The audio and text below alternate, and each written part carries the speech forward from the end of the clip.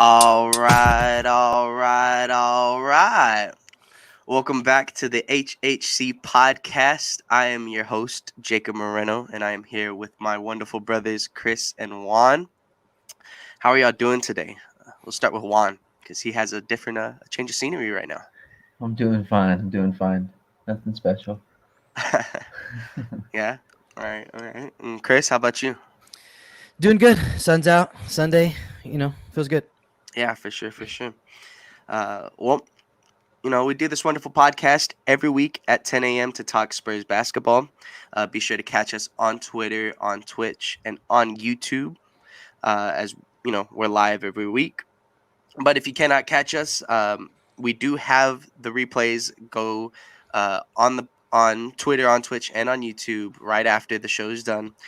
So if you missed something that couldn't catch before, you'll be able to go watch the replays, be able to catch up on whatever we were talking about, right? Yes, sir. With that being said, though, let's just go ahead and get right into this recap because this week was pretty rough, just to say the least. We got to finish it off on a strong note, but we'll start off the month, right? It was pretty frustrating as we had this 1-2 week, putting us at an overall record of 3-6. The first game was against the Pacers as we fell 118 to 131 with 6 players in double digits, led by Domantas Sabonis in his 24 and 13. The Spurs only had three significant players with minutes having a positive plus minus, being Lonnie, KBD, and Trey. But overall, that was a pretty tough loss. We couldn't pull out a close game or anything like that, right? Moving on to the week, we had another pretty devastating loss to the Dallas Mavericks. Couldn't get that revenge game as we lose 108 to 109. With the Spurs slayer, Jalen Brunson, putting up 31 and 10, and Boban Marjanovic also helped contributing to that, dropping 17 and 5 to keep us at bay, right? On the Spurs side, our highlight player of the game was indeed Devin Vassell, who had a career high of 21 points on 9 for 12 shooting, but that alone wasn't enough for our team to be able to put out that to get out that victory over the Dallas Mavericks, right? Finishing up the week, we were able to get a clean 102 to 89 victory with 6 of our players being able to put up double digits, as well as having Thad Young have his best game as a Spurs player, putting up a very spreaded stat sheet of 12 points, 5 assists, 4 rebounds, 2 steals, and 3 blocks for that night. Overall, week was just it was frustrating to see the first 2 games, and then a little bit better just to be able to see us take care of business against the Orlando Magic. I think I kind of want to bring up a quick point just because he's been pretty killer, but Devin Vassell's been killing it this last week, and with this last stretch, he shot 56% from the field, 42% from the 3. And just for reference, the league average is 45% from the field and 34% from 3. So Devin has been pretty killer this last week, right?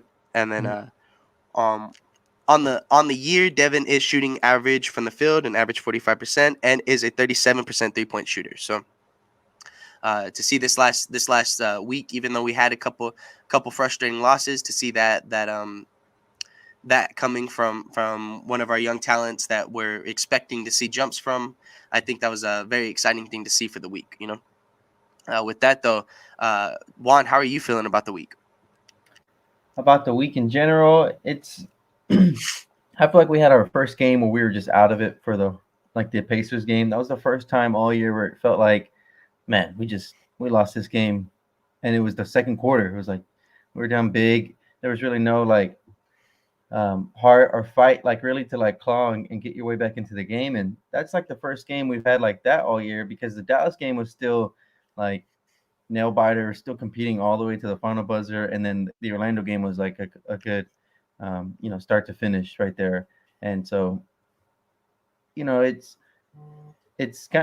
frustrating to watch the Pacers game and get that feeling, that sense from the guys, and then that was the talking points and all the buzzwords after the game was no fight, no intensity, whatever the case. But all in all, like for that to just be the first game we've had with a bunch of young guys like that, and then the way they responded later on in the week, I think it's a good sign for a young team, not to let that get them down. To keep putting up that fight, right? For sure. I think that that it's definitely one of the things that that I have been noticing, especially like with DeJounte. You know, anytime a tough loss happens, he's always trying to take his accountability, always do better in the games, even though he is putting up pretty good numbers and having, in a sense, career highs, right? So no, 100%. I think I think this week, even though it was some frustrating losses, I think it's also one of the things that we need in order to understand and improve on to go into these next couple weeks, right? Yeah. Chris, how have you been feeling about the week? Kind of the same. I mean, so we're, like roughly around the 10% mark or so through the year. So we're getting over the hump of like the early season hype and all that kind of stuff. And we're starting to settle down into like, all right, now we're in the grind of the year, right? As we're moving forward each day. So kind of with Juan, like it sucks to have those games where like he said, the key words were drive, competitiveness, execution, like those kind of things. But at the same time, if you look at our roster and see like, okay, it's been really only like that game that you can point to that those are the words that you would give. Every other game you would say we lack some execution, but the intensity was there, but the desire was there, but you know what I mean? Like all those other things, the intangibles, I guess. So it is a pretty, I think it was a pretty quick reminder, and hopefully our guys hopefully your guys heeded that warning of like anybody will smack you around if you don't show up to try. You know what I'm saying? Mm-hmm. So yeah, it's disappointing. I would say it was a little bit more disappointing in hindsight, knowing that Jakob Poeltl misses the next couple games.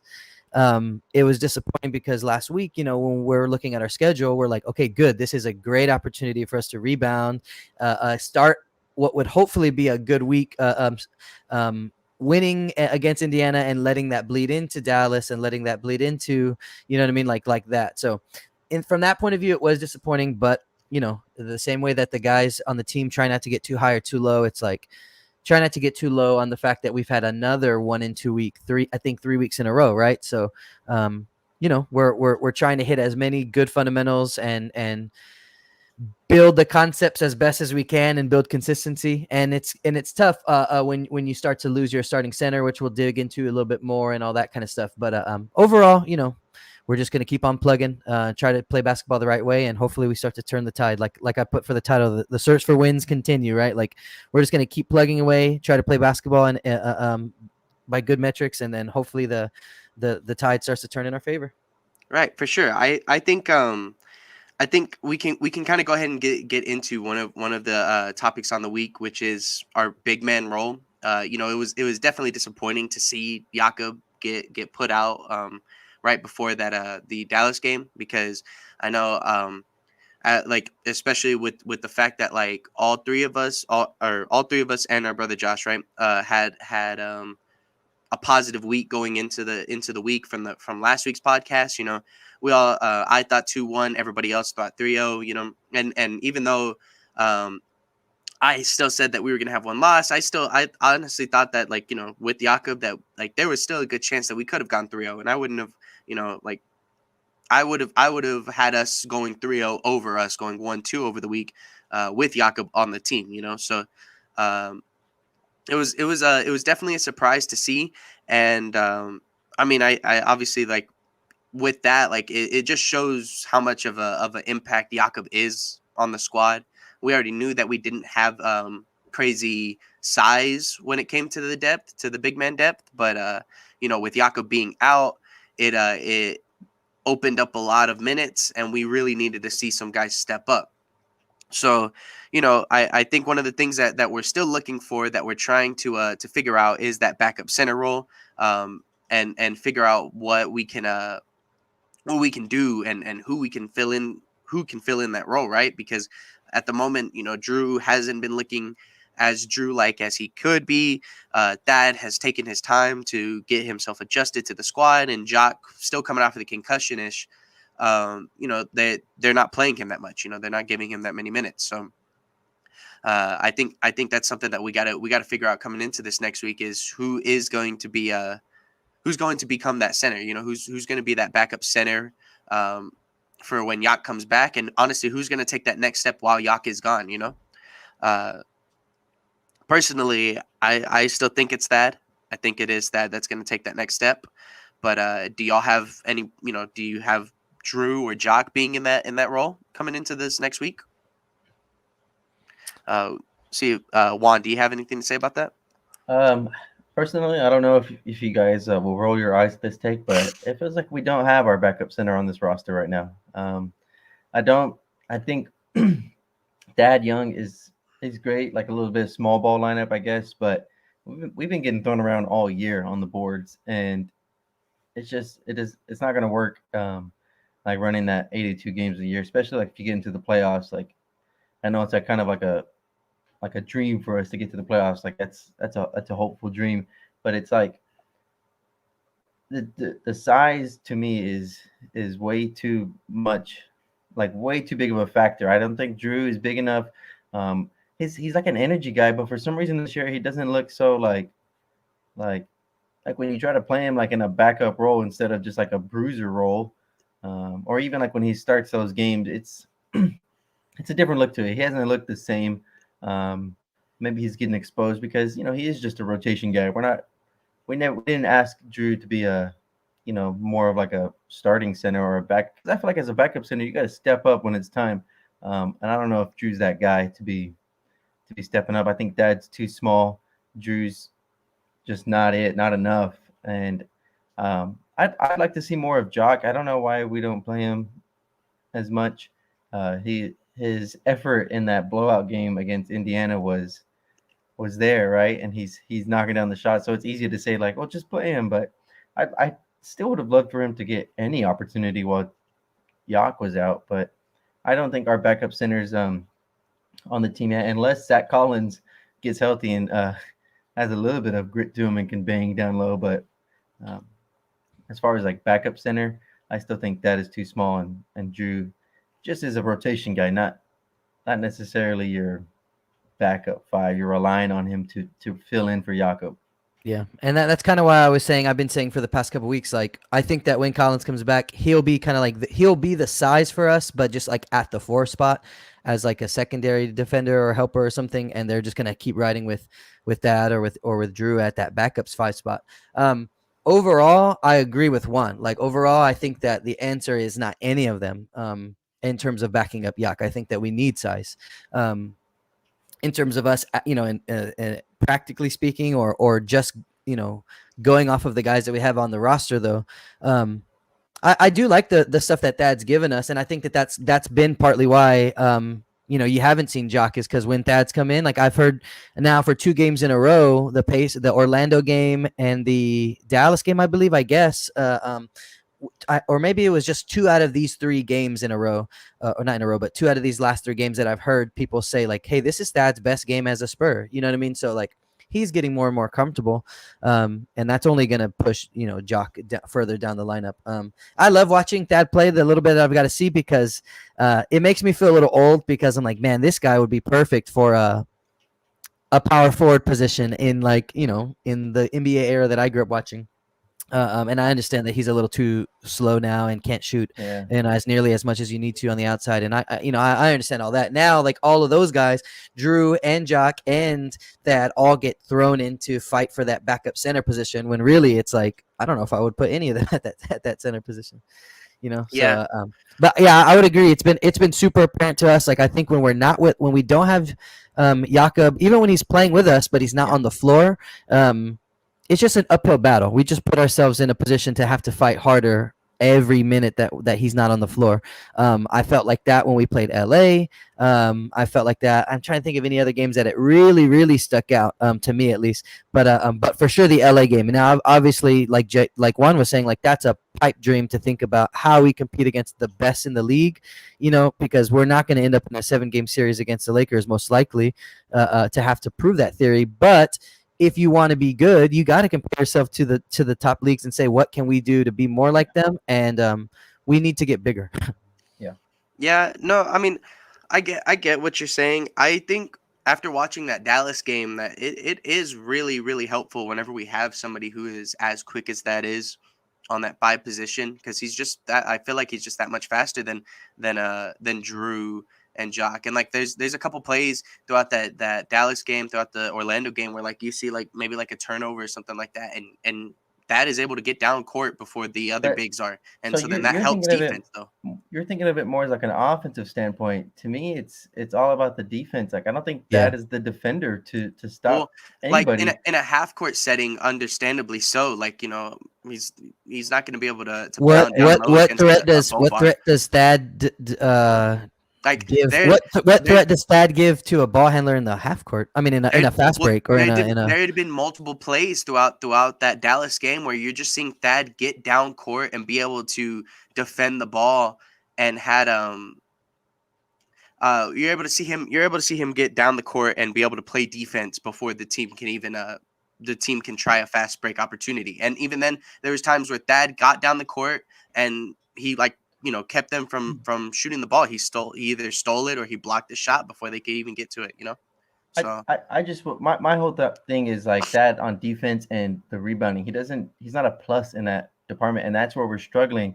You know, to just get stops, get offensive rebounds. The Pacers had like 30 second chance points against us and stuff like that.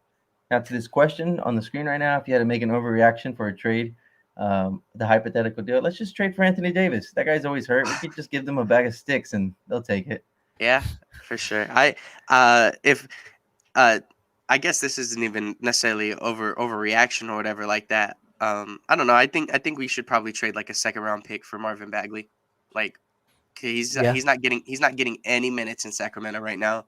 Do you know And why? Like, do you know what? I know it's like a lot of well, like off the court, like personal, like beef, yeah, right? Like they're always like the dad's always saying something, but like as far as like his play on the court, was he?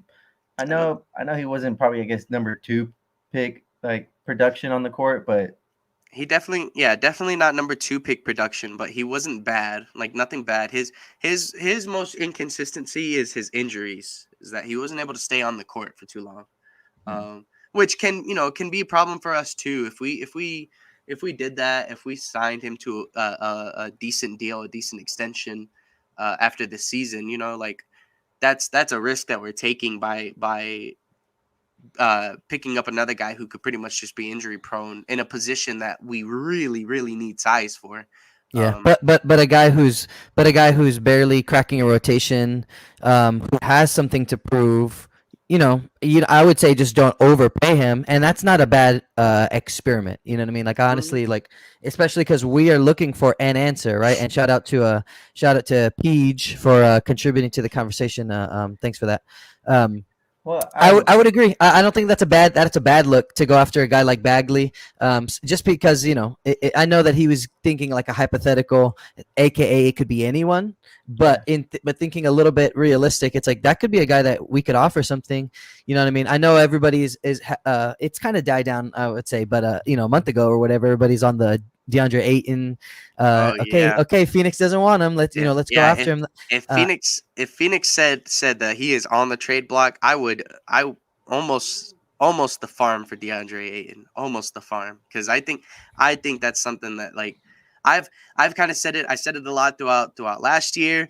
And I'll who just though? Like who all would be a part of your um willing to give up? I'd say in terms of quote unquote untouchables, I'm probably keeping DeJounte, Devin, and Keldon. Primo. Those are like my and Primo. Yeah, right. But I think Keldon is. Keldon's the last on that list when it comes to the untouchable. But even then, when I say untouchable, I mean least tradable. I don't think anybody on this team is certainly untouchable, but Primo. I can say that DeJounte is your least touchable player. Like nobody can trade for DeJounte unless they're giving us their bag, their farm. And then after that, it's Devin and Josh, and then Keldon. And that's just I think trading DeJounte at this point would be a huge step backwards. and that's what I'm saying. Like that's because it's such a step backwards in our team development, in our culture, and all that. That's why like he might not be untradeable, but he's definitely least tradable. And so then going back to my point, I've been saying it a lot last year. I'm saying it again. I think, having a big that is that versatile on defense, being able to guard your perimeter, being able to guard your interior very well, and then him being able to he's built an offensive game. He's always been solid offensively, but Well, so he's I thought Marvin Bagley was more of like a Jahlil Okafor, like nothing special defensively, but could post up and do things like that. Do we need a post up guy? not necessarily. I don't think we do, but I think the size is literally what helps. I think somebody who's just being able to be a little bit bigger on the Yeah, floor. I want size, like more than anything. I just want size because, I mean, we have guys that can, and even like Jakob. Jakob isn't as fast as you would want a traditional five to be, because you want him to be able to run out to the outside and blah blah blah. So Jakob Poeltl has deficiencies in what people would consider the today's center role anyway, and he still is our anchor 1,000,000%. So like, if you were to give me somebody who does similar things to Jakob Poeltl on the bench and can just be a defensive anchor, I don't care what his offensive contributions can be. Like, we are right now, our whole thing is like, how are we going to be able to spread around minutes so that we find effectiveness with DeJounte Murray and White and Vassell and Lonnie and Keldon. Like, that's already the issue offensively, finding time and opportunities for all of those guys. I don't need it coming from the center at all. You know what I mean? Everything that we've been seeing this year offensively from Jakob Poeltl has been like, not out of necessity, I would say, but like out of people trying to take opportunities away from our smalls. You know what I mean? And so Jakob's the beneficiary of that, and he's been doing good, obviously, of putting himself in scoring positions and all that kind of stuff. Incredible effort from him to be able to cash in on all those things. But like, it's got to start with all of our young men. So I think that like anybody who can come in and just put themselves in the right position can get similar things like Jakob is doing. It's got to happen though from their size and from their defense, in my opinion. And so that's why I would agree with Juan. Like, I like Drew. I like his energy, especially thinking more of last year than this year. But I think it's just because of the position that we put him in. When you come in just to have little spurts, you see a different version. You know what I mean? Like, we don't have to see Drew Eubanks for primary backup minutes. You know what I mean? And Jock, we just haven't seen him yet. But again, I think, let's say this year goes towards the trade deadline, Thad ends up getting moved somewhere for just like picks or like, just assets or money or for the future, basically, then you'll maybe start to see, Jock get his shine a little bit. But even by then, Collins is stepping in. We'll see. I think if we were like more already like in a contender, like a set thing, like a hypothetical would be like, I'd like a guy like JaVale McGee to be like your backup big. Oh, heck yeah. Yeah. Rim running, just big guy defensively, going and get rebounds. Like, that's it. That's all you need out of your backup center. And that's what I would want. But I don't know if like it would really make sense to go get like an older guy like that to just I know, yeah. I think on this team. If anything, that's like a signing, I guess. I don't know. Yeah, and it's the norm. It's the norm nowadays. It's the no.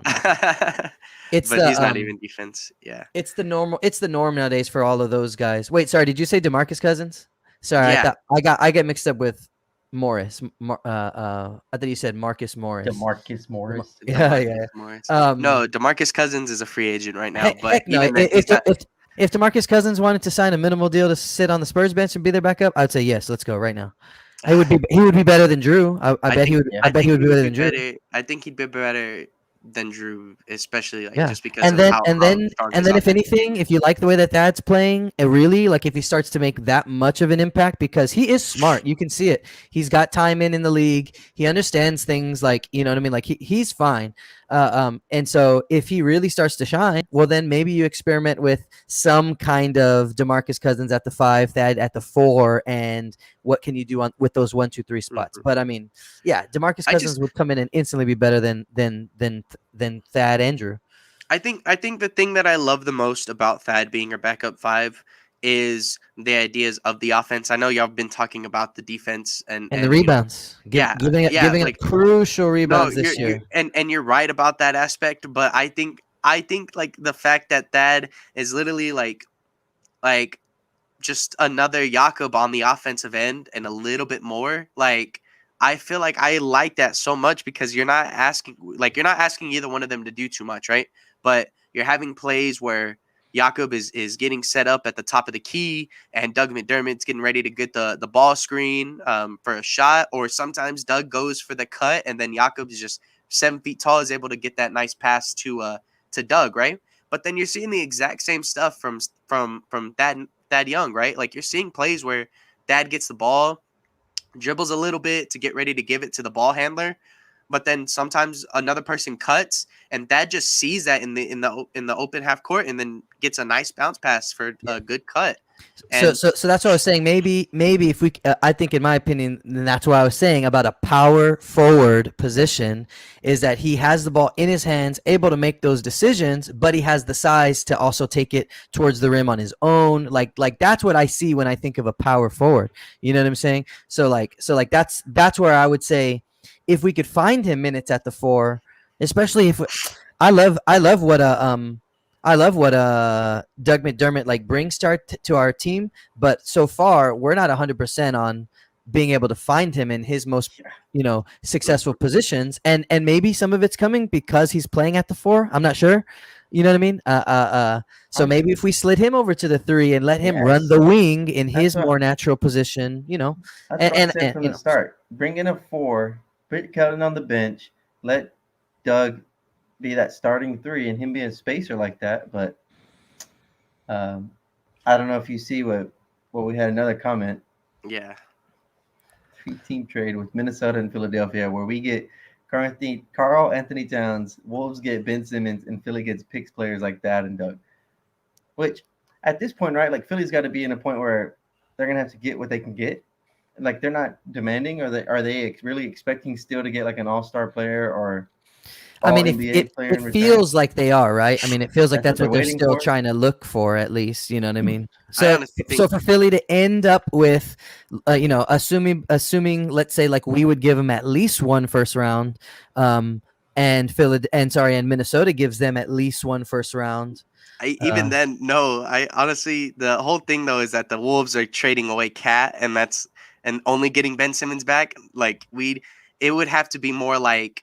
We give up 2. We give up a good amount of picks to let's say we give up 2 first rounders. Shoot, it would literally have to be like we give them 2 and Thad, and then we give Philly 2 and Doug. You know what I mean? Like we give up 4 firsts and 2 players. But honestly, I would give up 4 first rounds and our backup bigs to end up with Cat. Yeah. And then, Philly would also have to agree to give a little bit more to the Timberwolves, because I don't think Minnesota gives away. I'm sure there's a little bit more details in this hypothetical. About players getting moved around. Might as well make it a 4-team trade and get DeAndre Ayton going somewhere. Right? Get Ayton to like the Wolves if they want a big back. But like just like Juan said, the inner workings of this deal it would probably get pretty meticulous and everything like that. But just to throw out any trade that the Spurs get an upgrade at the big without having to give up what most of the time in our hypotheticals you see is some form of Lonnie or some form of, I guess, even like a Devin or a Derek White. Like if none of those guys leave, then it's a win for us. You know what I mean?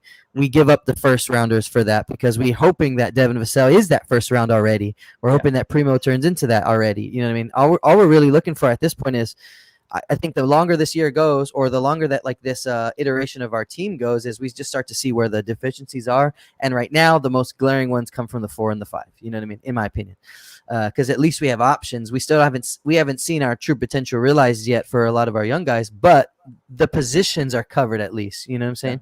Mm-hmm. Just to kind of add to your point, I guess, like just because this was a stat that I looked at whenever I was looking at the box scores and all that kind of stuff. But Dallas had a 30% offensive rebound percentage, and we only had a 10% offensive rebound percentage that game. Granted, again, that was the game that our old Spur Boban Marjanovic had killed us. Yeah. Brunson got got off a missed free throw, like late in the game, like with like 2 minutes to go or a minute to go. Brunson missed a free throw. They got the offensive rebound off of a missed free throw, and then he hits like a fadeaway jumper over Devin Vassell, like baseline, and it basically like was a dagger. And it's rebounds. It's just defensive rebounding. Yeah, and it sucks because I mean, you guys know, like we saw that Yak wasn't gonna play for health and safety protocols, and like a couple minutes later, I texted our group chat and said, Boban's gonna put 20 on us. Like as soon as I saw that, because and that's, I guess, what I'm coming at is like the fact that right off the top, without Yak, we are so exposed. That's a problem. You know what I'm saying? Mhm. And yeah, you can be supportive of your guys, and I want Drew to be successful when he goes out there. I want Thad to be successful. If we can find minutes for Jock, I would like for Jock to go in there and do things as well. But it's just, it feels like it's such a glaring hole. You know what I mean? And it's kind of been a glaring hole for us more than 1 year. So like that's the thing where it's just like, I want to see what are the moves that we're gonna, take. And I've settled down since the draft, because that's what I wanted. We need a 4, we need a 5. Yeah. Let's go get it. We got Primo instead. Primo makes up for some of those feelings, but he does not make up at all for our our deficiencies Yeah. at the center or power forward. Unless he starts hitting the boards like DeJounte, then like we're still just exactly where we are. And maybe that's where we're going. Do we have the 2 first-round picks this year, like the Chicago pick, or is that No, next year? that Chicago pick is I think, if I'm not mistaken, it's 2 years from now, but Jeez. it's pretty far away. And then I don't remember what the protections are on the pick either.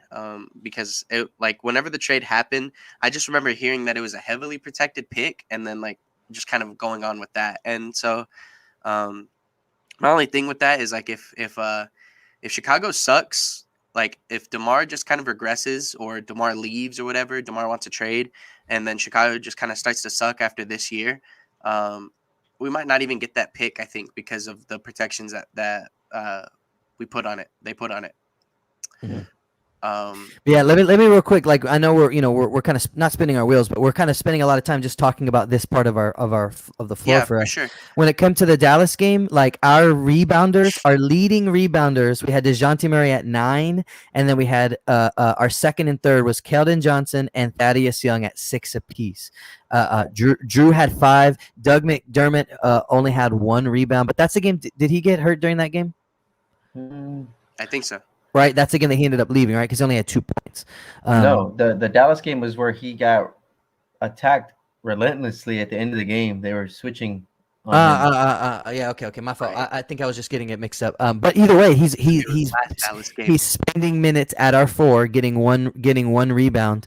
Who else? Lonnie Walker had 4. Well, he was in foul trouble. It looks like he had 6 fouls, so Doug probably was just not even playing the whole Yeah. Keita Bates had 2 rebounds in his 5 minutes. And then you flip it over to the Mavericks. Let's see. Tim Hardaway had 6. Dwight Powell had 6. Brunson had 10 rebounds. Luka Doncic had 12 rebounds. A little bit more spread out. And then Sterling had 5. Boban had 5. So just more opportunities. And then when you see a guy like Brunson, though, getting 10 rebounds, it's like, man, that's rough. Mm-hmm. It's rough. So like sure. those are the little things that, like, we talk about playing basketball the right way and all that kind of stuff and hoping that it turns into wins. Well, this is the flip side of that. We can't really play it. I mean, yeah, we need to have better boxing out and those kind of things.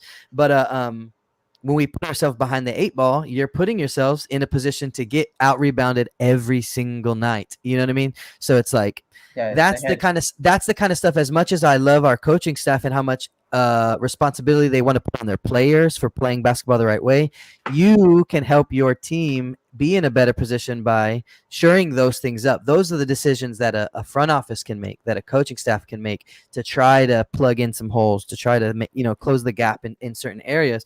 So I would like to see us to continue to experiment. I don't want to. I know it's been like 2 games in a row that Yak went out and Drew was the starter, or was it all 3?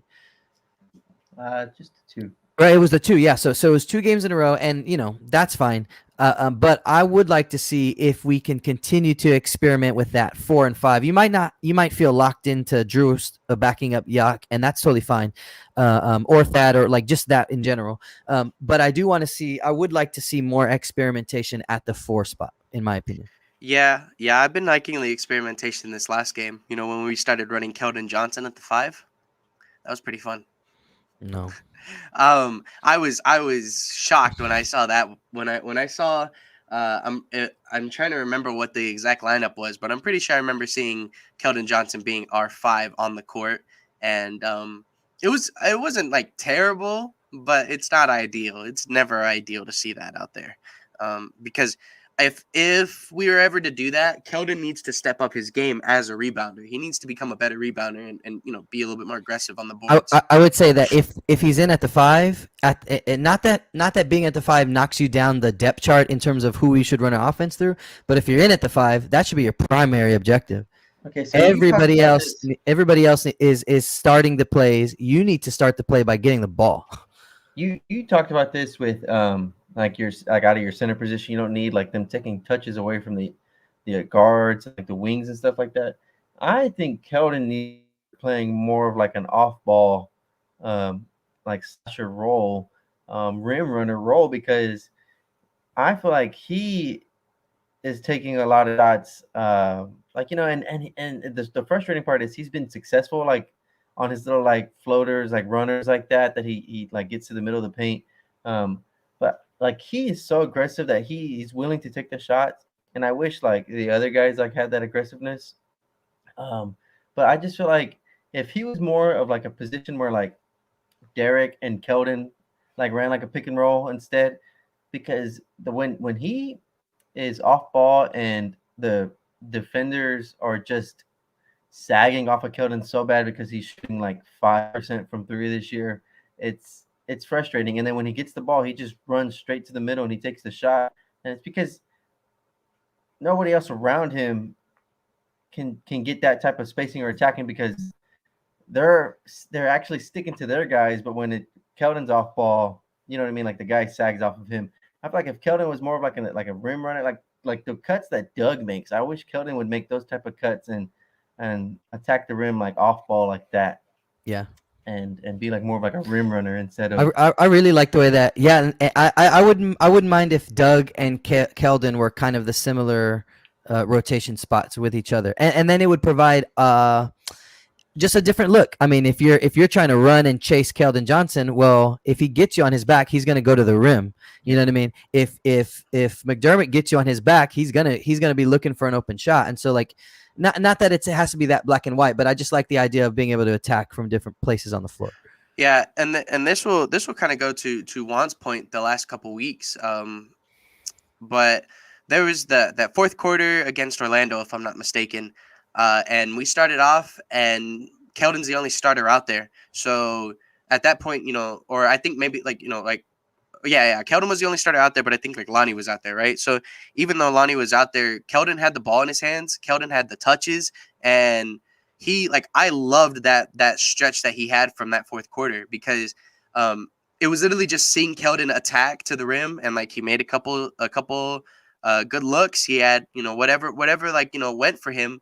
But then there's also like that one little play where he gets blatantly fouled by Mo Bamba. They don't call it, and then like the next play after we get like I think we got like a defensive stop, Keldon's like asking for the ball. Immediately at the top of the key, runs down. Nobody gets in his way, and then he's just able to get a nasty dunk down. And it's like one of those things that like Juan talking about how he wanted Keldon Johnson off the bench because of that spark, because of the energy.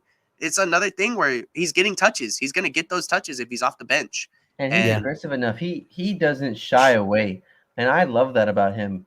I just feel like it on the starting unit, it kind of takes away from like when it puts DeJounte like in the off-ball role like that, and it puts Derek like in the off-ball role, and it's like that. It's like when we get in possessions like that, it's a little like redundant. It's like, okay, we just got a bunch of guys just standing around.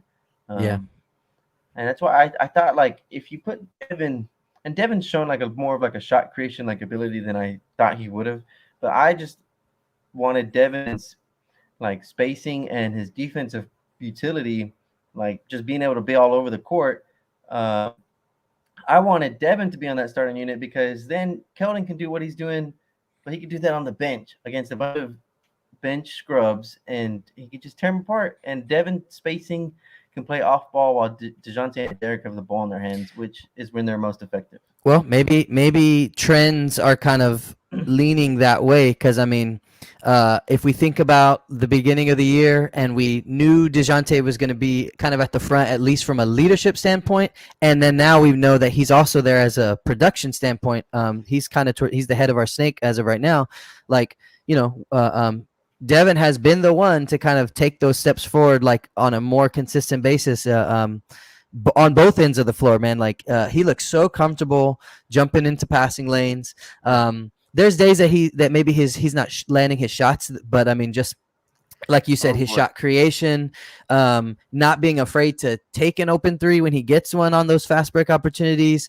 Like, yeah, man, Devin's been crazy. So like, I'll transition that into Jake's next topic, right? About who the third best player is, right? Yeah, I'm gonna go ahead and give you a couple numbers from this stretch too. You know, I was telling y'all that he'd been shooting decently well, right? In all three of these games, he'd only shot 12 shots every single game. One, that's consistency. Two, that's like a thing that, like, you know, I feel like there'd be times where we see other players on the team shoot like 12 one night, then shoot 6, then shoot 8, then shoot 3, and it's like, and and it's just like one of those things where like, seeing 12 shots a game means that like he's putting up his shots no matter what. And in the first game, he put up 6. In the game against Dallas, he put up 9. And then in the game against Orlando, he put up 5, right? And like in terms of made, right? Field goals made.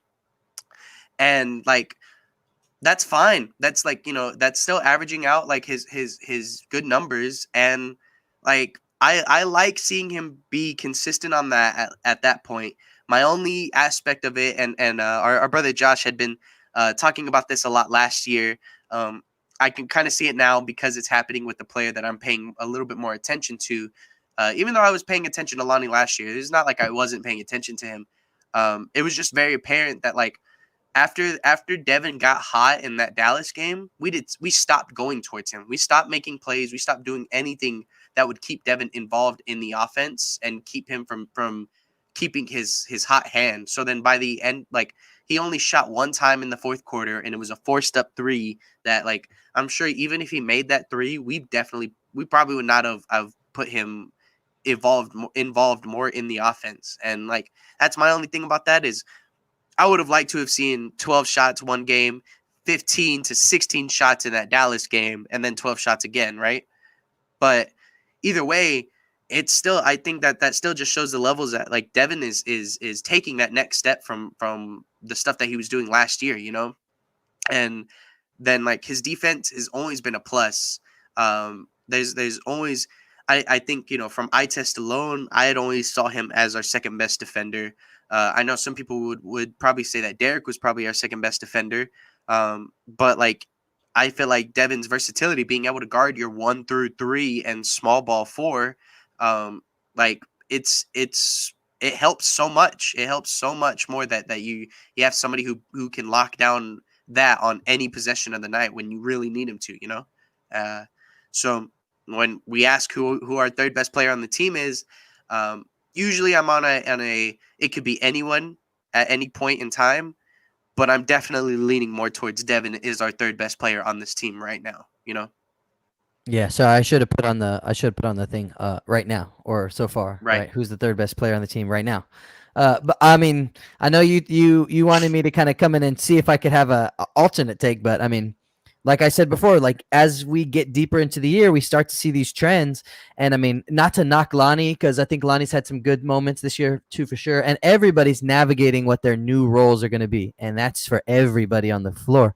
So I'm patient with everybody. I'm willing to wait all year to see what our team's gonna, shape into. But as of right now, yeah, Devin is just doing a really good job of taking advantage of defensive opportunities, of offensive opportunities. I think that sometimes, like, and I agree with what you're saying about like finding your open man, and that's a skill that our guys finding like the man who has the hot hand. You know what I mean? And that is a skill that you got to learn as a team and as individuals. But also, like you said about Keldon Johnson not getting a call on one end and the next time like demanding the ball, I think some of our young guards like Lonnie and Devin, they got to learn like when they have the hot hand, they have to be able to go and say, "Give me the ball." Mm-hmm. You know what I mean?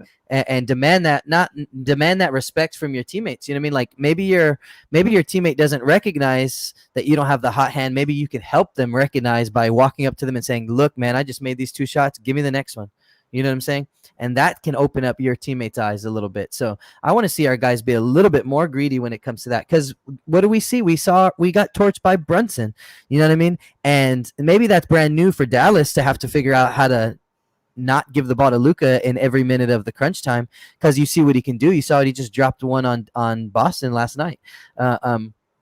But being able to see like, hey man, this guy's going, and just let him go. And if you lose because he made 10 out of 12 but missed the last 2, then you can live with that. Versus he made 10 of his last 15 shots, but his last 5 shots didn't come, there was a big gap. They were all sporadic. They weren't in the rhythm of all those other ones. It's different. You know what I mean? So we're working there. But Devin, man, I would agree. Devin's bumped his playing time up a lot these recent games.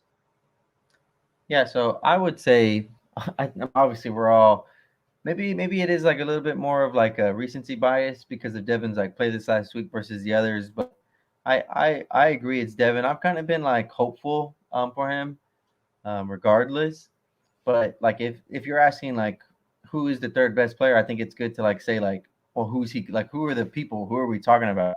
I think it's Keldon, Derek, and Devin. And then it's also good to say who is our first 2. I think you're saying Kevin. You're saying those 3 that you named, Devin, Keldon Johnson, Derek White, are like in the running for third best. Yes. Okay. And I think DeJounte and Jakob are our best 2. It's pretty apparent. They all like the numbers show, the eye test show. It's like without those guys on the court, this team struggles pretty heavily. And so Derek's numbers defensively were still pretty good. Like all the analytics always shows before the game like what percentages like Derek was holding people to. He might have had like a rough week this week because Indiana torched us, so like everybody was getting buckets dropped on them. But like Derek's defensive numbers, and he's still taking charges. He's still doing all that type of stuff. Like his instincts are still there. It's just it feels like he's, to me, like a half step slower than what he used to be. So he's not taking people off the dribble like he used to. He's not able to then play make off of those drives. And then the 3-point shot, he's not like on fire or anything. So it's just like in contrast to when Devin comes into the game and he's just flying all over the place. Like Devin literally looks like he's running all over the court, defending everybody, getting rebounds.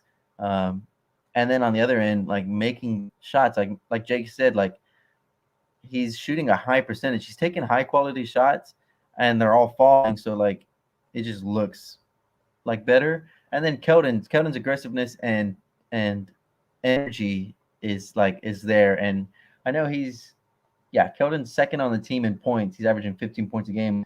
I just don't think Keldon offers enough outside of his scoring to be like considered, like an all-around player like that, like how I think Devin's like on pace to be. I don't think Keldon's defense is really anything to write home about. I think he's okay. He's not really ever getting like one-on-one stops. I don't see him. I just wish Keldon could do a little bit more defensively, like with his energy and his weight, like throw his weight around on some of these guys. But I just think Devin as a whole is just like a complete player. And I think it's because, you know what, he is a lottery pick and all those other guys are late in the 20s picks, and it's starting to show. It's like he's got a little something. He's got a little extra gear. Like there's a reason why he was picked so high. And it's starting to show. I don't think it's a bad thing to say he's not quite the third best player. Like I'm not going to argue with anybody if they still think Derek's our third best player or Keldon or whoever, you know what I mean? Like that's fine because the way Devin's playing, if he's your fifth best player, then you're doing pretty good. Yeah, you're in a good spot. And so I also would hope, I was hoping Lonnie was going to be, I never thought Lonnie was going to be like top tier. I always thought of like Lonnie with Patty Mills, like, okay, he's not going to like stop anybody defensively. Like Lonnie's athletic enough to make up like some plays, but like you just need him to catch fire. You just need him to come off the bench and just like be a spark. And like Chris has been saying, like they're all finding, like all the young guys are finding their way, like within the team, within the lineups, within their roles. But I wanted Lonnie to be taking 15 shots a game off the bench. Like that's your only job. Like just get him set in that role where he's comfortable with just letting it fly, being aggressive, not shying away or deferring to his teammates, because he can get his shot over anybody. He can attack the basket when he gets like to his little jump shots and stuff. But as far as like his aggressiveness, I feel like Devin just overtakes him in that aspect as well, and makes the most of what he gets or what he got. So yeah, and to guys' credits like Derek White and Keldon Johnson. Derek White is in between. They keep putting him in between the point guard and the shooting guard. He's now, like you're saying, about maybe feeling a little step slow and not creating things as quick as he did. Well, he's doing that at the same time that DeJounte Murray's on the floor. I bet if he got opportunities as our starting point, or not starting point guard, but the point guard for the second unit, he would have a lot more opportunities to break people off and to play make and to such and such. Same thing like you said about Keldon Johnson. He's an in-between. We have him at the 3, but then we slide him over to the 4. We dipped him in at the 5 for a little bit. Like he's having to do so many other things. Whereas like a guy like Devin kind of slides into that 3 spot and just kind of sits right in that 3 spot and is able to kind of thrive in that. So I think like the key is like giving these people we have versatile players, but I think at this point it would benefit us to give them a specific role and let them ride it out like for a stretch. And you know what I mean? And it's like, all right, let's see what we got when this is our game plan, versus like sometimes we try to have everybody do everything.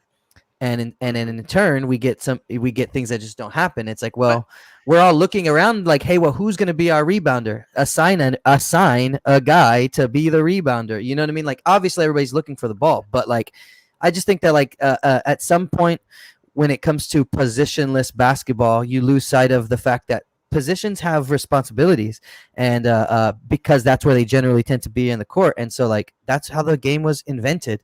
You know what I mean? The game was invented with these kind of things in mind, and positions, and not positions of like 1 through 5, but positions of like placement on the court and what your role can and should be depending on where you are. You know what I mean? So like, I don't know. I do think that contributes to a guy like Devin Vassell being able to flourish, as he's got a clear-cut role. You know what I mean? And he does it really well. But I think that's the thing that I find a little bit more frustrating when it comes to a player like Lonnie, because I feel like that we should be kind of saying the same stuff for him, but it's not coming together as much. He's in his 4th year. I feel like at this point, you know, we are giving him the opportunity to do the same stuff with this. And I'm sorry, you know, we were talking about Devin, we were talking about Derek and Keldon and stuff like that. And I feel like, you know, I think the thing that you know, all 3 of us did not really talk about Lonnie being the 3rd best player on this team. And, you know, I feel like that kind of comes into a point of like, you know, well, what is Lonnie going to do to take this next step in that sense? It's just like, it rises up that question for me when we are talking about something like this, right? How is Lonnie going to take that next step? Because he's not being aggressive on his shot taking. Like, he's had games where he shoots really well and then just disappears. And then we're just like, well, where did you go, Lonnie? Like, what happened? There are times where, like, you know, again, to our brother Josh's point, there are definitely times where the team doesn't put him in positions where either it's Pop's coaching or it's just the team in general that, like, you know, we're not putting Lonnie in a better position to score.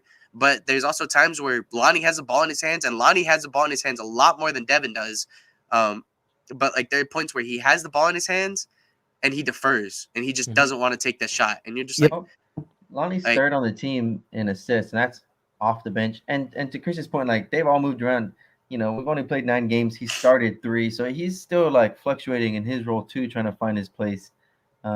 But I think Lonnie's role is a little bit more solidified than a guy like Derek's or Keldon's. I would agree. And that is a little bit like what we were just saying about, like, once you have that defined role, then you have to do that defined role at 100 miles an hour all the time.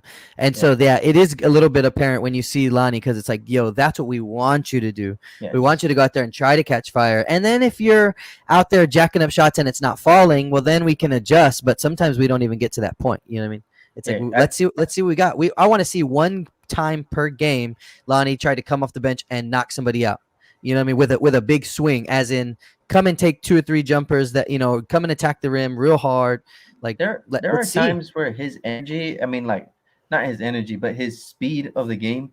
Like there's all the starters on both teams have just been playing, and he's the first person off the bench for us, and he's just flying around compared to like the rest like of everybody on the court. And it's like, please just take advantage of that. Just run up and down on these guys if they still got their starters out there, like punish them for it. And I agree with you guys. He defers too much, and he's not as aggressive, but he's still only 23.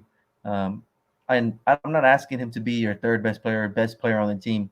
I want him to be top 3 in scoring. I want him to be like taking every shot he can. I don't need him to be the best player on the team. I want him to be that 6 man, that Patty Mills, that J.R. Smith. Just come in, just light it up, just let it fly. Lou And Will. yeah, once he gets on fire, no. Oh, Once he gets on fire, Lou Will said something blasphemous, so we don't talk about him anymore. oh yeah, you're right. I know what you're talking about now. I don't. I'll never consider Lou Will to be the greatest 6 man of all time. There's only one true greatest 6 man of all time, and then after that, you can start arguing who the second best 6 man is, but it's Patty Mills. So, Jesus. you know, I I like trying to figure out what these guys' roles are into the coming into the year and stuff like that. And it's always something like for me where it's like, well, I think I remember hearing Juan last year talk about Devin and how he thinks he could be Danny Green on steroids. Okay, so I got a point for that too. I got another like comparison. Yeah. Okay. So he said that like around halfway through the year last year, right? And I never really said anything on that, but I never wanted to be like, oh yeah, let's just hold Devin to 3 and D, and that's all he can do, right? Or 3 and D, but with athleticism, because I always felt like I was like, well, this is his first year. We got to see what his next step can be, because if he can add any more to that game, then he's already more than a 3 and D player. So it's just like one of those things for me where it's like, I'm glad we have like a somewhat solidified role for Devin, which is 3 and D. He's coming off the bench, and doing his thing, which is you're gonna play defense on whoever we need you to, and then we need you to be open for spot up shots, right? And then he's taking the ball and putting it down on the floor and getting little pick and rolls to get middies, and then having these crazy like sneaky athletic dunks, right? He had You know, one. I didn't get a chance to watch the Orlando game, right? And I yeah, watched the highlights the next day, and they threw it past him that was out in front of him. He had to go and find it, kind of reach for it, and he yeah, reached for it, took like these real lanky steps with the ball kind of in his possession, and still got all the way to the rim. I was like, dang.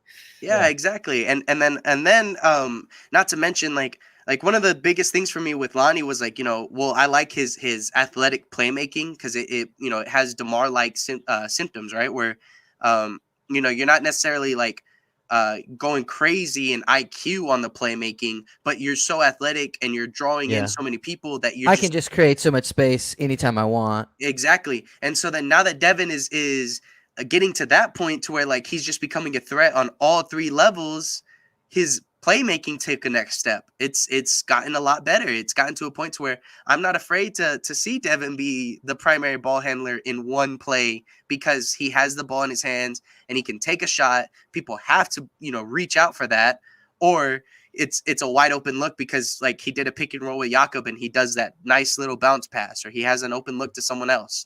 Decision making is one thing. He hasn't. I think he can. As a second year player, it's still apparent that sometimes decision making can be a problem. But when he's on it, he's got like his. There's really hardly any times that I can be like, oh, Devin really needs to work on this part of his game more, because he's filling out those holes already at that point, Agree. So I would say I called him. I would tell you guys like I think he could be Danny Green on steroids. So yeah, like 3 and D. Because I didn't think his 3-point shooting was anywhere near Danny Green's yet, and I didn't think his defense was quite up. He was just a rookie, so I was like, if he can get to like that level of effectiveness that Danny was for us. But when I said on steroids, as a rookie, he was showing like much more like playmaking, like shot creation by himself than Danny Green ever showed for us in the Spurs uniform. Like Danny Green would take people off the dribble, and you would put your hands up in the air, like, "Why? Please stop! Yeah. Like, just throw it down to Timmy or do something to reset. Like, do something else." And like, I'm already much more comfortable with Devin taking people off the dribble last year, and now like it's showing this year. It's like his evolution, like to be like a complete player. So now I would admit I was wrong. I put too much of a ceiling. I put too low of a ceiling on Devin. Now I've I've adjusted my hopes to a comparison to He Who Shall Not Be Named. He had like a very similar, like just like basic game early on, and like he used to just sit in the corner, hit like spot up threes, and then play defense, be really like versatile on defense. And now we've seen where that got him, like the trajectory of just every year just getting better, adding something to your game. Now I think like in a couple of years we're gonna look at like photos of Devin, and it's gonna be like the comparisons of DeJounte versus DeJounte rookie year. Like Devin's gonna be swole, and he's gonna just be abusing people with his length. I mean, Sean always talks about it. Nobody can block his shot when he gets like that high release. Like when like his playmaking, he does this little like step back, like half step back, half like turnaround jumper, and like he's gonna get the size where he can attack the rim. Like Jake said, he's gonna create opportunities for everybody because they're gonna crash on him. And his Yeah. it's it's Not awesome. the not to compare him directly to a guy like Kevin Durant, but it looks a little bit like that where it's like when he goes into his shot, it doesn't look like the defense is affecting it very much because he's so tall, he gets so high, and he's got a high release. It bodes well. It bodes well for you. Hmm. So when everything that precedes the shot is like good separation, good ball handling, it just increases everything, right? By the time where he reaches the shot, you're like, all right, it's gonna miss or it's gonna make, but it's a good shot. You know what I mean? Like you Yeah. feel good about it. Yeah. I agree. and and like to Juan's comparison, I feel like even in that aspect, I'm not like, I feel like when Juan says that, I'm not, in my opinion, it's not like I think he could be as good as that guy, right? I don't think he could be as good as number two, because He'll be better. that's a that's a hard comparison, like that's a guy that at his peak we were saying was the best player in the world. As Spurs fans, we were saying he was the best Yeah. player in the The, world. the, the good the good thing is obviously after number two's injuries kind of started to stack up, it changed the way that his career has gone, right? Yeah. And luckily for us, like Devin, hopefully is able to kind of stay healthy, and we'll be able to see a longer version of like what that trajectory could be.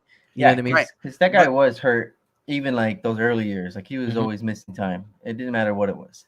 yeah, and I mean, when I say that stuff, I mean in the sense of just like, we can compare the archetype of the player, right? We can compare like the way that the two players can work, and in that aspect, I had always been thinking about that. I was always like, well, dang, he could be our next number two, like the guy that because of the way that their body types were. You know what I mean? Because they were both lanky, long defensive players.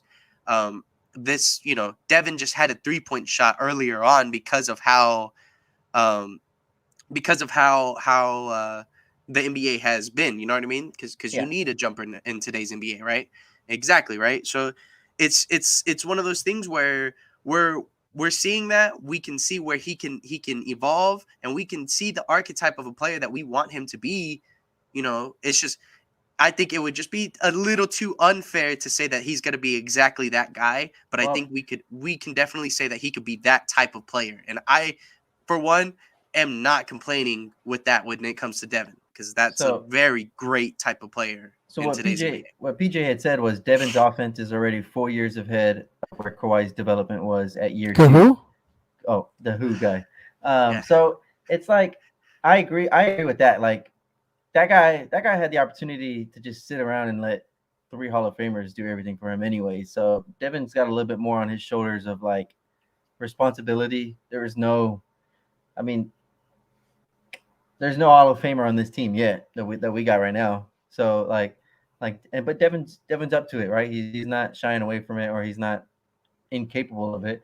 But I agree. I think his offense is like already like like there, like his shot creating. To me, it's been like a pleasant surprise. I did not expect him to be so like comfortable getting to his spots and like Chris said, just like no, it's the defense is not really affecting him. He's getting to where he wants to go, and I agree with you, Jake, as far as like saying like you don't want to put all of that on him, but it's just important to realize like that guy was only the 15th pick, and like those first couple of years, it wasn't saying like this guy could be an MVP one day. You know what I mean? It was like a step by step, and because we've already seen that, like look at Dejounte from year one to where he is now.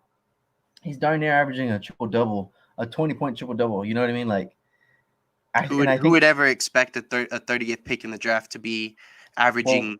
us. That's what I'm trying to say. Us. We've already seen us develop guys enough. Give them patience. Give them the opportunity. We're not rushing people. We're not kicking people out of the team because they're not all stars year two. You know what I mean? We Right. have the patience with the coaching staff to believe in these guys, and that's why I'm saying like I like yeah, it's like you don't want to put that MVP pressure on him or like put that on him and then like what's the word? You know what I mean? Like put the expectation on him and then when he doesn't meet it, it's a failure. Like obviously we don't want to do that, but it's like we've already seen this work for us. We got a player on the team right now who's yeah, DeJounte might not be MVP, but like as your point guard, as a two-way point guard like that, who wouldn't want that as your starting point guard? And On any team and any on roster. yeah, Yeah. and like we see the development. We got the guy right now. We've done it before, and I think Devin's got that potential. And I saw, and then that bleeds into next like for Primo, like he's a lottery pick. He's already shown that playmaking and comfortableness in the spots he's had, the preseasons, the whatever it is. I know it's not the NBA like pressure yet, but that guy looks comfortable. Have the patience with him. Let him grow. Let him build. And I see like some foundation, some building blocks for For the sure. team. For sure. Well, speaking of DJ, looking ahead to this next week, we got some good point guard matchups. We got Shea Alexander coming in. We got De'Aaron Fox. We got Luka Doncic again. So I mean, Jake, you want to set us up for this next week? Yeah, for sure, for sure. So, coming into this next week, we'll be like Chris said, right? We got three star-studded point guards. I know he said Luka Doncic, but we're actually really talking about Jalen Brunson. So we'll be going against the first game of the week will be tonight against OKC and Shea Gilgeous-Alexander. I actually have a couple little stats that I've been looking at for these teams because like Juan said, one of the things that I think, especially us Spurs fans, like to do is, we compare our young guards and we like to, see how our guys are doing comparatively to the other guys, right? And so for Who me, get it's way always, more national exposure from the yeah, media. exactly. For me, it's always been DeJounte versus Lonzo Ball. I know Juan has always had this vendetta against Shea, and so Not like a negative, but it's like the it's media you is just so want to high see, on Shea and yeah. what he can do, and he's carrying such a bad team to losing records every year. Like they talk about him a lot, and so if Dejounte can play better than him, especially like one-on-one matchups, because that's when it counts. You gotta put it up when it counts. So Exactly. And so, coming into this game at least, Shea is putting up 23, 4, and 5. At the moment, the OKC Thunder as a whole have a 2-6 record. We're only 3-6 to kind of remember that, right? So, we're both teams that are both pretty low, have the exact same amount of losses, and the Thunder just have played one less game than us, right? So, another thing of note is the Australian baller known as Josh Giddey. He is at the moment putting up 11, 6, and 6 for them. He is their youngest player on their team, and at the moment has been putting up very, very strong numbers and playing very good basketball for the OKC Thunder. So I think it's going to be very exciting just to see two young ball clubs play against each other like this. Because I want to see what DeJounte Murray is going to do against Shea, and I want to see how our young guys are going to fare against their young guys in that sense. They have a couple like those Pokusevsky. I can't say his last name all too well. I can't even say his right, first name. Yeah, like Poku, right? So Poku. They have Lou Dort, who's an undrafted guy. and like just a couple other players like that. Darius Baisley comes to my mind as well. A very young core that at the moment when I look at that roster don't really have a strong interior besides maybe Derek Favors, but can their guard play and stuff like that have definitely made up for some very close losses at the very least, and they had that one win against the Lakers, right? So Two. I think both of their wins are just against the Lakers. Yeah. so Two, exactly. So two like comebacks that they overcame. And then besides that, they've lost every other game. So they hate the Right. Lakers, I guess. yeah, so it's going to be a very exciting game to say the least, because again, young ball clubs. I can't wait to watch that Josh Giddey kid, because he's been looking very fun, very cool in highlights and all that good stuff. And he's another guard that I'm trying to remember what pick he was specifically. I think he was top 5. but, He was like a top 5 pick to them. And I guess he's like their playmaker, because he's averaging the most assists, only at 6 a game. Yeah. So maybe and if you look at his steals too, if I'm not mistaken, he should be averaging close to the top on their steals too. So 1.6. He's definitely showing a lot of promise at this point in time and stuff like that. So it's definitely one of those things where for me, same draft as Josh. Obviously, this isn't the comparisons that we'll be able to get right now, the one-on-one comparisons that we'll be able to get right now. But I'm excited to see something like how Josh Giddey progresses with OKC, and then how Josh Primo progresses for us. You know what I mean? That's just going to be a very fun matchup for us to go into the week, right? After that, we'll be going against Sacramento, and they're being led not by De'Aaron Fox, but by 22 points and 9 rebounds by Harrison Barnes. He's also shooting 49% from the field and 46% from 3. So Harrison Barnes has been killer at the beginning to the beginning of this year. He's good though. He's always been solid. Does he start at the 3 for them, or where do they have him? I couldn't tell you what their starting lineup is right now. If one of y'all could I'll look it up. He sure. He is 98% of his time has been at the 4 this year. Oh, okay. I was curious, because normally I would peg him as a small forward all his career, but I could see nowadays people playing him at the 4. That's why they have Buddy. They have Fox at the 1 and Tyrese Halliburton at the 2 with Buddy Hield at the 3, and then is Buddy starting? Oh, I see. If I'm not mistaken, I don't think Buddy Hield starts the games. Oh, because I also had this other point that the Kings had also drafted another guard. His name is Davion Mitchell. He came from Baylor, right? He was that defensive guard. And so the thing that I had written down was that like they have this is a stronger backcourt that we've seen, that we're gonna be seeing compared to the other ones, where we usually see 1 to 2 guys that are like really good for their guard position and then 2 fillers. We're seeing 4 guys that are pretty decently well overall, in seeing De'Aaron Fox and Tyrese Halliburton as their starting backcourt, and then Davion Mitchell and Buddy Hield as their backup. Good. I want to see that, because so many times we let our guards kind of hide behind each other, and now it's like in a game like this, it's like we need all of you. Yeah, exactly. And so I like to see that. So De'Aaron Fox has been having somewhat of a down year compared to his last couple of years. It's not terrible, but nothing to scoff at, right? He's Even shooting less than 40% from the field, which is not yet. I'm gonna put these up real quick. I don't want to derail the conversation too much, so like don't let it. But these are just something that I pulled up. So this is DeJounte Murray, Shea, and De'Aaron's, like some of their numbers just kind of sitting next to each other. Yeah. And then y'all keep talking. But so there's this, and then I'll kind of go back and forth. There's this one, and then a couple more. Right. Okay.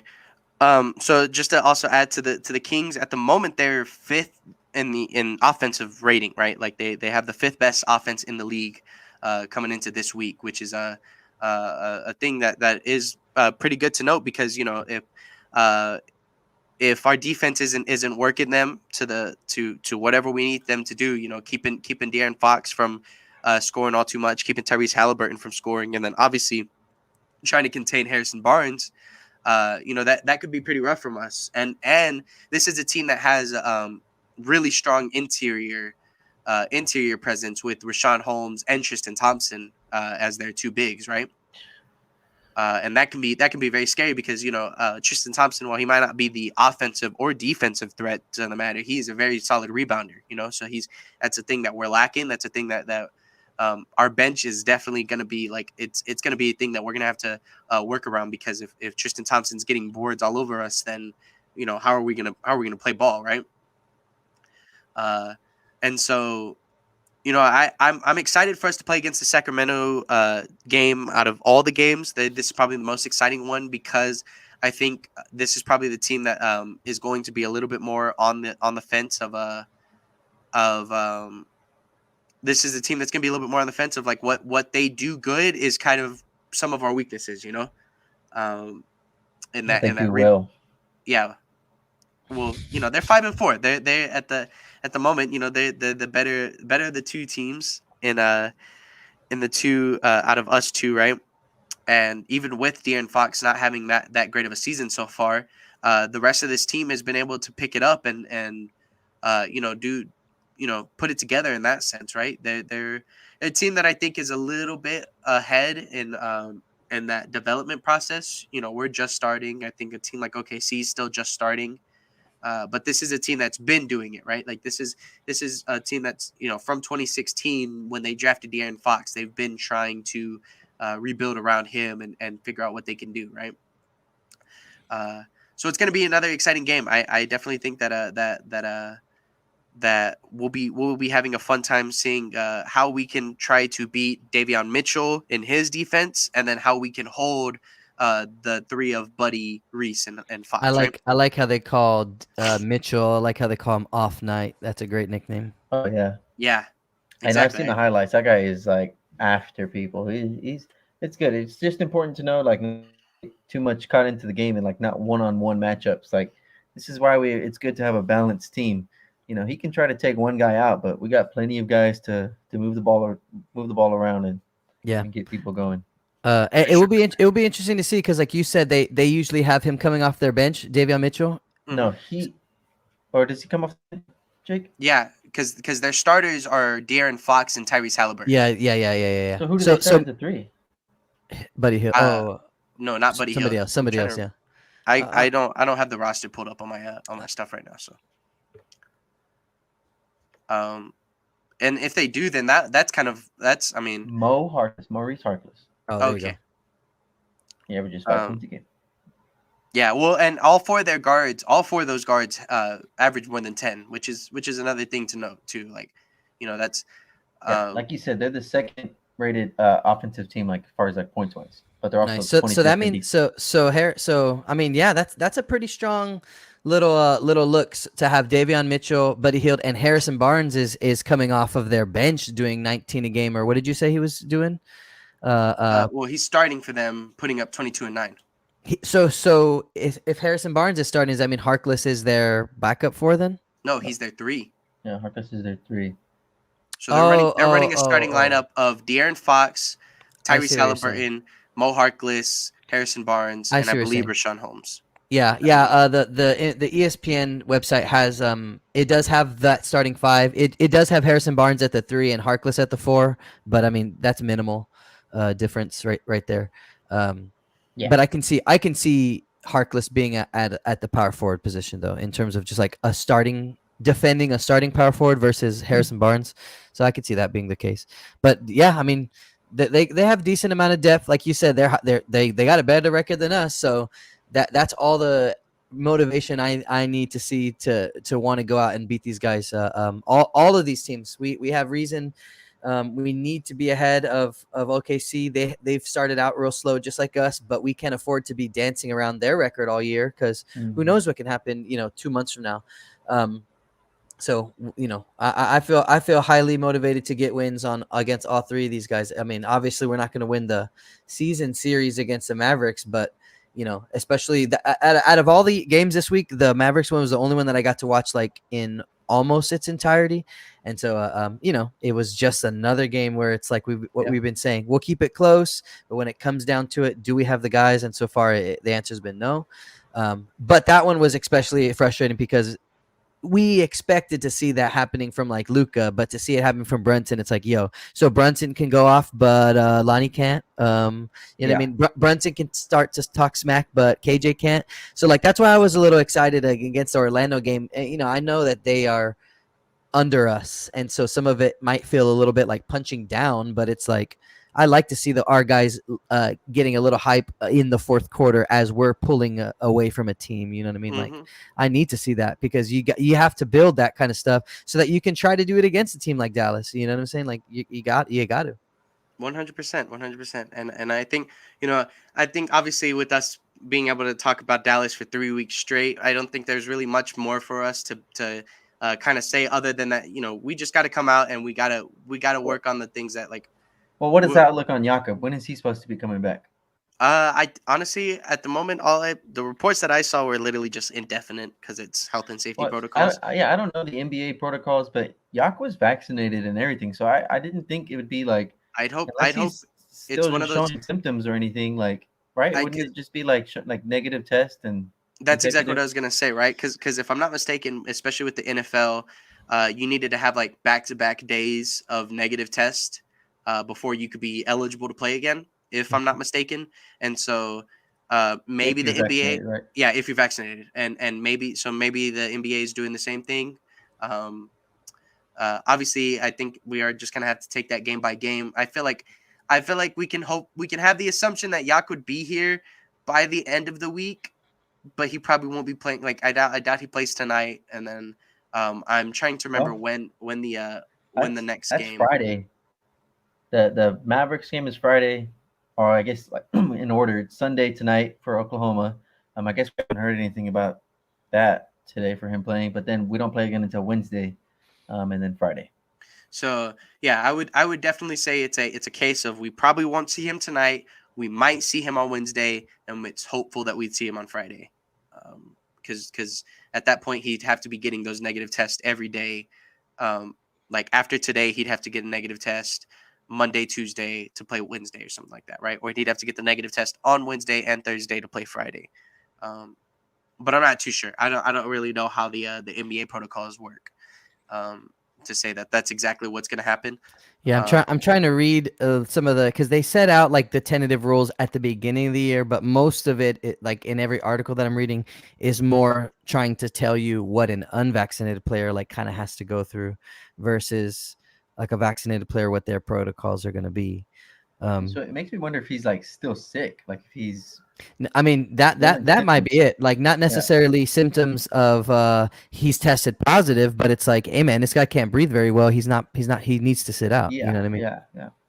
Maybe. Who knows how long that could be. So yeah, and that does cause concern. I mean, there hasn't been too much attention to it, but there have been some players who got tested positive last year and have been playing who have kind of said like, I'm not back 100% to where I was. I think Jaylen Brown came out and said that he was Jason Tatum. Oh, Jason Tatum. He was the one who had he had came out after having his COVID test and had stated multiple times that it had affected his breathing. This season though, Jason Tatum said something. Maybe not. No, I think Jaylen Brown did say something this year. Yeah, Jaylen Brown said something like a couple weeks ago. I do remember, especially just like with Jason Tatum specifically, him saying like he needed to have inhalers and all that kind of stuff, and that was like a thing that he never needed beforehand. I definitely remember that too. But either way, I think honestly, October 29th, 2021, Jaylen Brown says his body hasn't felt the same since having COVID-19. He says that he feels like he has played 3 games in 1. Yeah. So, I mean, not to project any of that kind of stuff onto Jakob Poeltl, but just like the idea of it having lingering effects and how that can affect how long he's going to be out and all that kind of stuff, right? Is like it's not as clean cut as like, okay, he enters safety protocols, that means he's out for X amount of days, which puts him out for this many games. Like it could be longer. We don't know. I mean, if you look on the Spurs IR, it just says that he will miss multiple games. That's all it says. Jakob Poeltl has entered NBA's health and safety protocols and is expected to miss several games, right? So it's like, okay. And that was as recent as the 3rd, so that's 4 days ago. So then I think it's safe to assume that we probably will not have Jakob for this week. Yeah, Which I would is if I was the coaching staff, I would plan on it. And obviously, is they know way more information than us. But I mean, it's definitely disappointing to say the least. Because again, like I stated in that Sacramento thing, you know, they have guard play, but they have interior presence that like I don't think either of watch the OKC. they let Bagley play all of a sudden, and he goes off for like 20 something. Yeah, for real. So it's like that's a thing for me that you know, like the OKC game, it's whatever. The Dallas game, we already saw what could happen to us if we're not playing right. Uh, and you know, if we don't have the size and stuff like that. But that Sacramento game is going to be the one for me that's like this is going to define like the week in that sense. You know what I mean? Mm-hmm. With that said, though, you know, I think we have a good preview for the three games that came into the week. I think it's going to be a very fun week and stuff like that, and I think we could probably get into the to the weekly record predictions. You know, again, I'll restate real quick that we play against OKC on Sunday or today, right? We play against OKC today, later tonight. Then we play against Sacramento on Wednesday, and we play against Dallas on Friday for the week. So that is another 3 games. Last week we had gone 1-2, right? Yep. And so coming into this week, Juan, what do you think we'd have? I think we'll go 2-1. I want to say 3-0, but just like the way this team has played a little bit like recently, it's probably more in line. A 2-1 week. I think we can treat the Thunder like we treat the Magic. Just like, hey, go do your job, get it done. Don't overlook them. You know what I mean? Play strong. And they got because like just like the Magic, they got 1 or 2 guys that can do like a lot of damage, and like everybody else, you just play a sound 48-minute game. And then Sacramento is the game I'm worried about. I think our guys might think it's going to be like a Magic game or whatever, but I mean they're such a high offensive team, offensive rated team. We might have trouble. We're a middle of the pack team defensively, like so far this year. So I know some of those games are like skewed because of like overtime and like the Pacers game and stuff like that. But and then the Mavericks game, that's the first time we're wearing those Fiesta jerseys. So that's a definite W. We're not losing that game. We got to come out and come out strong with the new Fiestas on. Which, you know, we didn't talk about that all too much. What did y'all think about the jerseys? Just real quick, and then we'll get Chris's prediction. I think that the back of the jersey should be the front of the jersey. Like if you look at the teal numbers and the teal names, looks fine, looks really nice. All the trim looks really great. The black Spurs logo on the front is like it's so out of left field. It's off. Yeah, and the worst thing about it is, and I have zero basis for this like feeling. It's just me. But it makes me feel like the Spurs organization is like, oh well, we can't divert from our logo. Like this is our logo. Yeah. It's us. It's like go with the rest of the theme. Even if you kept the same font and just made it pink, you know what I mean? Like there's so many, and you know if anybody follows any of the Spurs accounts on Twitter or on the internet, like you've seen many people kind of change that Spurs logo. And some of them move it to the San Antonio logo, like the ones Juan is wearing on his warm up. Some people put like a different kind of font of Spurs or whatever. But I think the overall consensus is like just that middle part, man. That's like the one spot. I love the shorts. I love the shorts too. I think I do like the jersey overall. I would say that like if anything they should have changed where they were going to reference the 2000s era. You know what I mean? Being what? Well, because that's what that Spurs is that's supposed to. Well, like everything on the jersey is supposed to reference, like it's a remix. It's supposed to reference a decade of time. You know what I mean? So I mean, but that Spurs logo kind of feels like their current Spurs logo, like the one that they rock now. It would have had the. But it's still the same logo from the 2000s. even if it feels different, it's I mean, still the same logo our from color. the I mean, 2000s. make no mistake. Other than the '90s, our colors are black and white and silver, and Yeah, no, so nothing is too far from the 2000s. I understand that, but but I do think it's more of like our current logo. But they even changed the Frost logo. Like you make your sponsors change the color to every pink to but match. It's like, why don't you everything just change your font? I mean, change the everything color. everything on the jersey references one decade. Like But if that isn't there, then there's nothing that references the 2000s. Like no, look at the we're jersey. talking about like the Spurs, like the outline, like our old Spurs, like across the chest used to have like outline on it, like a, you know what I'm talking about? Those are just like solid letters. Okay.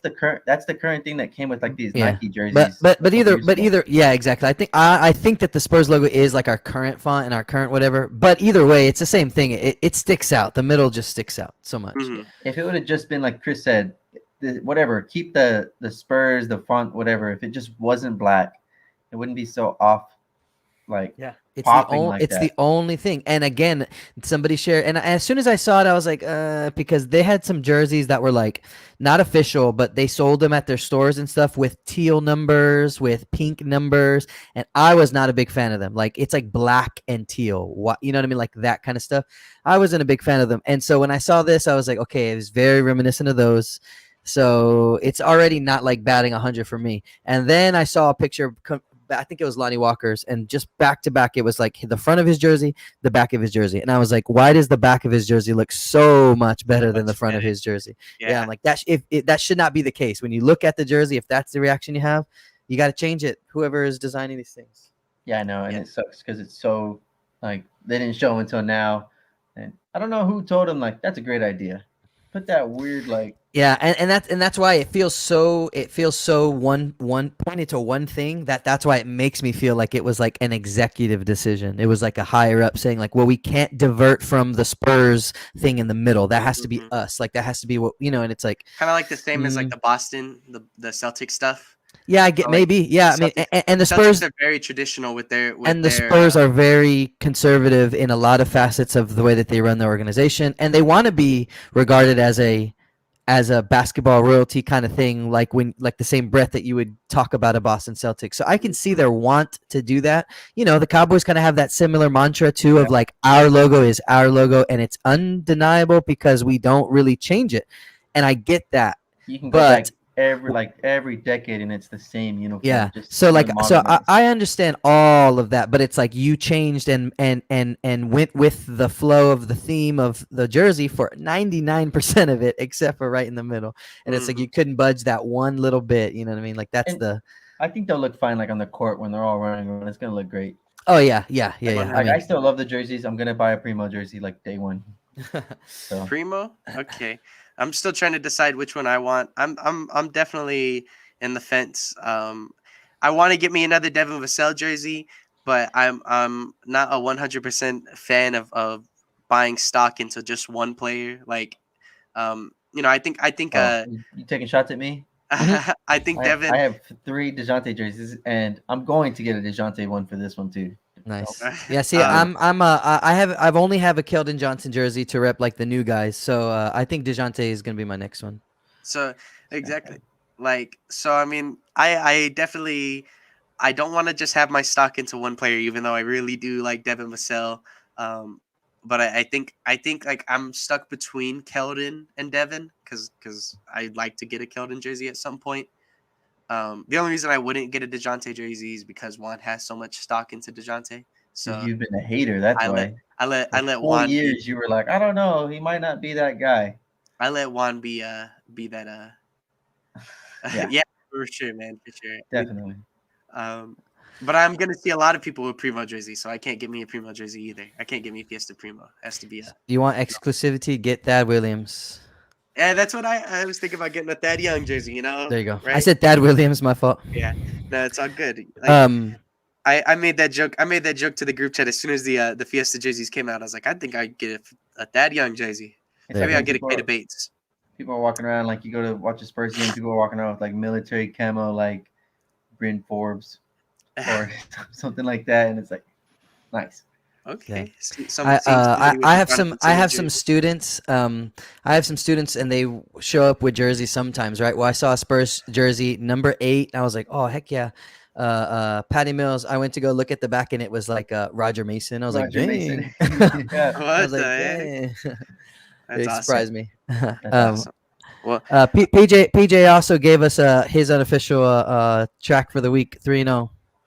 Okay, I guess I going back. I want to go 3-0, man. I want to go 3-0, but for the sake of me calling a 2-1 record for 3 weeks in a row and us coming up 1-2 3 weeks in a row, I gotta stick to my guns until I get one of these right. So I'm gonna say 2-1. I like the fact that we have a game tonight, and then we have 2 days off before we see Sacramento. So like, one was kind of putting more of like the mental part onto that Sacramento game about how they're gonna approach it. I think giving us a couple more days is gonna benefit that. So I need a win over both of those teams. I need a win over both of those teams. The Indiana game needs to be a very, very dark spot in our season, and for that reason, you know what I mean, of like you have to show up against OKC or else. Yeah. You know what I mean? So I want 2 wins there, and then it's been a toss-up both times that we played Dallas. We were without Yak for one. They were without Porzingis for both. I think it's I don't remember it right. Both, right? Yeah. So I mean, they'll have him for the next one. I'm pretty sure. I think he played last night. So that one's a toss up for me. So I'll say 2-1 for the week. yeah, I think I'm gonna have to pretty much agree with you guys. I'm gonna say 2-1 on the week as well.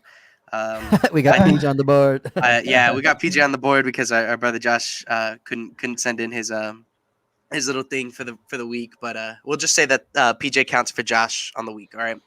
So if Josh, if we come in next week and we're not we're 1-2 again, then sorry, Josh, you lose another point because you didn't get to guess this week, right? Yeah, we call that celebrity shot.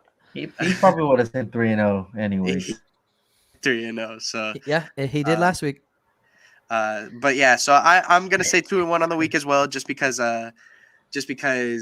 we need these wins. Like we need these wins. I've been, I had been my 1-2 little weeks, and then last week I said 2-1 because I thought winnable games, stuff like that. Obviously with the Yak safety protocols, that definitely put a hit into it, and I think that definitely affected like that Dallas game. Yep, and it will continue to affect these games. Don't get it twisted. So even with that being said, though, we got to come out. We got to, like, with the week that we had last week, we need to come out. We need to push harder, right? We got to get a W of a week at some point.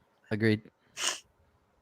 Right on. All right, last thing Chris, before we start to take it out. This is the updated. So after our 1-2 week, we had Jake. Like I said, Jake wanted a 2-1. We went 1-2, so he stayed the same at 2. Both myself and Juan both had us at 2-1.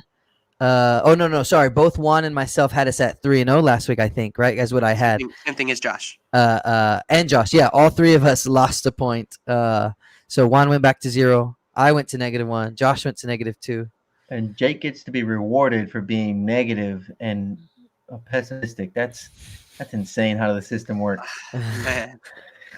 Well, Yeah, I don't but know. it's anybody's game. We're taking it week by week. You can only it depends on what on the Spurs ultimately, right? Yeah. I mean, but If we go 3-0, and also like we said, like COVID is still a thing that's going to be affecting these games. There's still a lot of outside factors, right? So you take it with a grain of salt. We try to push forward, try to get as many wins as we can. Yeah, and I tend to be in the middle of the pack all the time, for the most part. So I think it's very hard for me to lose points in that aspect. So I definitely think I might start saying that, like, at least for me, if we end up going undefeated for a week, I think I'd happily lose a point, like, because I don't think we'll ever really go undefeated on a week, and that just you betted it. When it comes to 4 games a week, it's a little bit easier for us to lose points and stuff like that. But in these 3 game stretches, if I'm in the middle of the pack, then it's kind of easy for me not to lose a point if I'm just going 2-1 or 1-2 on the week. Oh, okay. So Same Jake all so the time. Now that Yeah. Jake has a 2-point lead on Juan So and a 3 I and think 4, he's just gonna I think protect that lead and just I say think whatever I'll go Juan ahead. says. I'll go ahead and I think I can go ahead and make that little bet that I just don't think that we will go undefeated. But if we do go undefeated, I'll lose a point. If we go 3-0, might as well just put PJ up there as 1 Wait, point. because Yeah. let me clarify this. So at any point of the year, if we go a perfect record for that week, we get to take a point off Jake's board, is what you said? Yes. Okay. Yes. I'm down with Because that. I don't think and obviously that's unless I unless I say that we're going undefeated in that week, right? If Okay. I say we're going undefeated that week, then So even if you say 2-1 and we go 3-0, you still lose a point. I'll say that I'll lose a point because Okay. that's I don't think I'll ever really say that we'll go undefeated in the week. that's a strange handicap to put on yourself right there. Well, because We run off 10 straight wins right now. And honestly, our schedule, like, we can compete with everybody. We've shown that. Yeah. All those, hey, as soon as we, what did Pop say? That worm or something like that? The worm is gonna turn. Yeah, as soon as that worm turns, Jake, you're gonna start losing points big time. Yeah. And I was saying if we go 3-0 this week and PJ gets a point, then I think we should leave it up there because Josh is going to be like -20 by the end of the year. So if PJ beats him in 1 week's time, then that's got to account for a pie to the face alone. Yeah, it does. With that though, we're very excited to go into this next week. Last iteration that we'll be going against OKC on Sunday. We'll be going against Sacramento on Wednesday, and then we'll be going against Dallas on Friday. We'll be coming into this next week. Heads high, making sure that we're trying to get some good W's, so that we can come onto the podcast next week at 10 a.m. again on Twitch, on Twitter, on YouTube, live at 10 a.m. And giving our thoughts about a good week instead of giving our thoughts over frustrating weeks, right? Chris, do you have any last thoughts on the week? Same stuff. We've been playing basketball like 80% of the way is good things, and it's little tiny things along the way. How can we respond and plug holes? I've been having I haven't got a chance. I've only got a chance to watch, I think, maybe 3 games, like sit down, watch them from start to finish. Hopefully, this OKC game will be one of the ones that I can sit and watch all the way through. But so excited. Love supporting our guys. They continue exactly. They continue to show great things, the things that we want to see from them. We just want to see, can we do it more often? And more of us doing it together at the same time. When they play together as a team, man, it's so easy to go out and root for these guys and to go support them. So I'm excited. Another 3 winnable games. Let's go get all 3. 100%. Juan, how are you feeling? I feel great. All I got, my last comment is we got this new Oreo. I don't know if you can really tell. I got one of those 2 sitting here, but actually maybe I threw it out. I'm not too sure. Super rare Mew. Somebody buy it off of us, please, for like $10,000. We've seen it on eBay. No, I remember having my little Mew cookie, but I think I ate it. So. Oh my God. You ate $10,000, Jake. Yeah, well, if anybody was gonna eat $10,000, it was gonna be me. So. There you go. With that being said, one last shout out to the at Heroes Half Court Twitter. We are there. We are talking a lot throughout the week, especially throughout the game, stuff like that. So we love the interaction with y'all, and if you see anything that we're saying and stuff like that, you want to join in on conversations, we'll be on Twitter talking about that stuff. So yeah, and one last shout out to PJ for joining in on the conversation this week. That's the kind of stuff we love to see, and it helps, right? It helps drives the conversation. It helps kind of get more opinions out there. We didn't pull this one up, but this was one of the first early ones, right? Like right when we started. So anybody who joins us on Twitch, on YouTube, on anybody, thank you. Exactly. So, with that being said, though, it is we're about to hit 12 o'clock. We're about to get some nice football action coming into the week. Real quick, shout out to James Robinson, even though it's kind of a sad thing because he's not going to play for the Jacksonville Jaguars at 12 o'clock. I already checked. I have nobody to replace him on my fantasy this week either. Yeah, I had picked up. I think his name is Kyle Herbert. from the Chicago Bears. He's a solid little Mhm. running back. Juan was trying to make some trades with me the other day, trying to steal Stephon Diggs and my Herbert guy. Yeah, I was trying Uh, to trade him Aaron Rodgers. yeah. So. But if we're talking football, then Oh There you yeah, go. exactly. there you Right. go. We got Dallas. We Let's got go. Dallas playing in just a little bit too. So very excited to go watch that. Excited to watch some Spurs basketball this week. And with that being said, I have been your host, Jacob Moreno, and we are out.